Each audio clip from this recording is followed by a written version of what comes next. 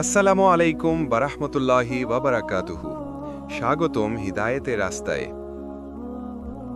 মানুষ ভুল করবে এইটাই সত্য, মানুষ পাপ করবে এটাও সত্য, কিন্তু মানুষ কি পাপী পড়ে থাকবে?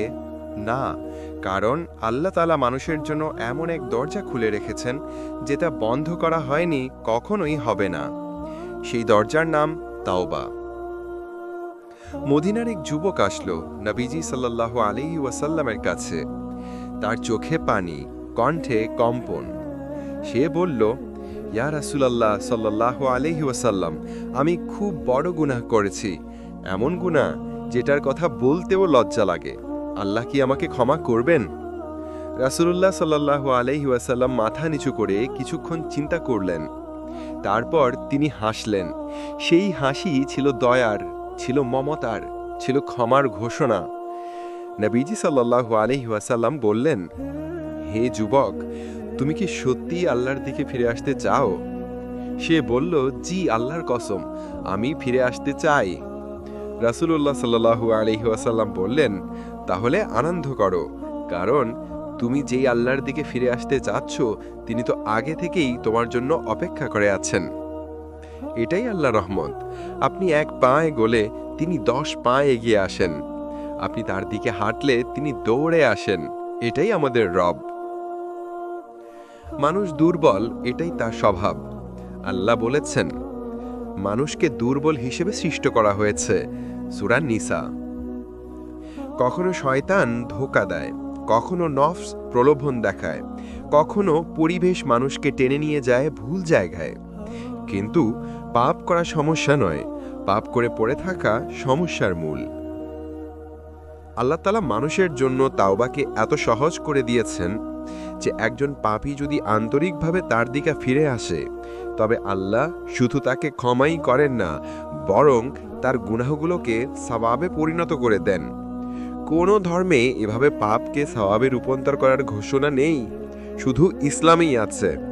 এটাই ইসলাম, এটাই আমাদের জাহান্নাম থেকে মুক্তির পথ। 1. নিজের ভুলকে স্বীকার করা প্রথম ধাপ। যেই ব্যক্তি তার ভুলকে ভুল মনে করে না, সে কখনোই বদলাবে না। রাসূল সাল্লাল্লাহু আলাইহি ওয়াসাল্লাম বলেছেন, পাপের প্রতি অনুশোচনাই তাওবা। একটা মুহূর্তের জন্য নিজের ভেতরে তাকান। আমি যা করেছি সেটা ঠিক ছিল না। আমার চোখ, আমার জিহ্বা, আমার হাত, আমি কি ঠিকভাবে ব্যবহার করেছি? এই স্বীকারোক্তি হলো তাওবার প্রথম ধাপ। 2. আল্লাহর সামনে লজ্জা অনুভব করা। তাওবার সবচেয়ে সুন্দর মুহূর্ত হচ্ছে যখন মানুষের চোখে পানি আসে আর বুকের ভিতর থেকে কানাকানি শব্দ শোনা যায় যে, হে আল্লাহ, আমি ফিরে এসেছি। নবীজি সাল্লাল্লাহু আলাইহি ওয়াসাল্লাম বলেছেন, আল্লাহর কাছে চোখের পানি সবচেয়ে প্রিয়। চোখে অশ্রু থাকুক বা না থাকুক, হৃদয়ের কান্নাই আসল। 3. পাপ ছেড়ে দেওয়ার সংকল্প করা। আল্লাহ আপনাকে জোর করে তাওবা গ্রহণ করতে বলেন না, তিনি শুধু আপনাকে ইচ্ছা রাখতে বলেন। অন্তরে বলুন, হে আল্লাহ, আমি চেষ্টা করব, আপনি আমাকে শক্তি দিন। একটা দৃঢ় সিদ্ধান্ত, আর সেই সিদ্ধান্তই আপনাকে বদলে দেবে। তাওবার দোয়া করা সবচেয়ে সহজ কাজ। তাওবার জন্য কোনো লম্বা রাকাত, কোনো রাত জাগা, কোনো কঠিন আমল, এসব বাধ্যতামূলক নয়। শুধু বলুন, হে আল্লাহ, আমাকে মাফ করে দিন, আর এটাই যথেষ্ট। নবীজি সাল্লাল্লাহু আলাইহি ওয়াসাল্লাম বলেছেন, যেই ব্যক্তি তাওবা করে সে এমন যেন সে কখনো গুনাহ করেনি। 5. ভালো পরিবেশ বেছে নেওয়া। মানুষ পরিবেশের সন্তান।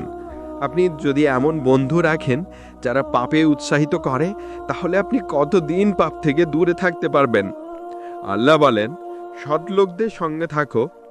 একটি সৎ পরিবেশ একজন পাপীকে অলৌকিকভাবে বদলে দিতে পারে। 6. নেক আমল শুরু করা। কোরআনে আল্লাহ বলেন, নিশ্চয়ই সৎকর্ম গুনাহকে মুছে দেয়। অর্থাৎ আপনার নামাজ, জিকর, কোরআন তিলাওয়াত, এইসব আমল আপনার অতীতের ভুলগুলোকে ধুয়ে ফেলবে। এটাই সবচেয়ে সহজ উপায়। 7. আল্লাহকে রহমান এবং রহিম হিসেবে চেনা। পাপ থেকে ফিরে আসা তখনই সহজ হয় যখন আপনি চিনতে পারেন আল্লাহ কেমন। তিনি গুনাহ লুকিয়ে রাখেন, গুনাহ মাফ করে দেন, হাজার বার ফিরে এলেও আপনাকে বিরক্ত হন না। এমনকি আল্লাহ বলেন, হে আমার বান্দারা, তোমরা যত গুনাহ করো আমি সব ক্ষমা করে দেব, শুধু আমার কাছে ফিরে আসো। এটা কেমন ভালোবাসা! মানুষ তো একবার ভুল করলেও ক্ষমা করতে চায় না, আর আল্লাহ হাজার বার ভুল করলেও ক্ষমা করতে প্রস্তুত। 8 নম্বর, শয়তানের ফাট বুঝে ওঠা। শয়তান আমাদের কান ঘেঁচে শুধু একটি কথাই বলে, তোমার গুনাহ এত বেশি হয়ে গেছে যে আল্লাহ তোমাকে মাফ করবেন না। এই কথাটাই তার সবচেয়ে বড় ধোঁকা। যদি গুনাহ যত বড়ই হয়, তাওবা তার থেকেও বড় হয়। যদি অন্ধকার গভীর হয়, আল্লাহর আলো তার থেকেও উজ্জ্বল। একটি হৃদয় ছুঁয়ে যাওয়ার মতো ঘটনা। এক ব্যক্তি 99 জন মানুষকে হত্যা করেছিল।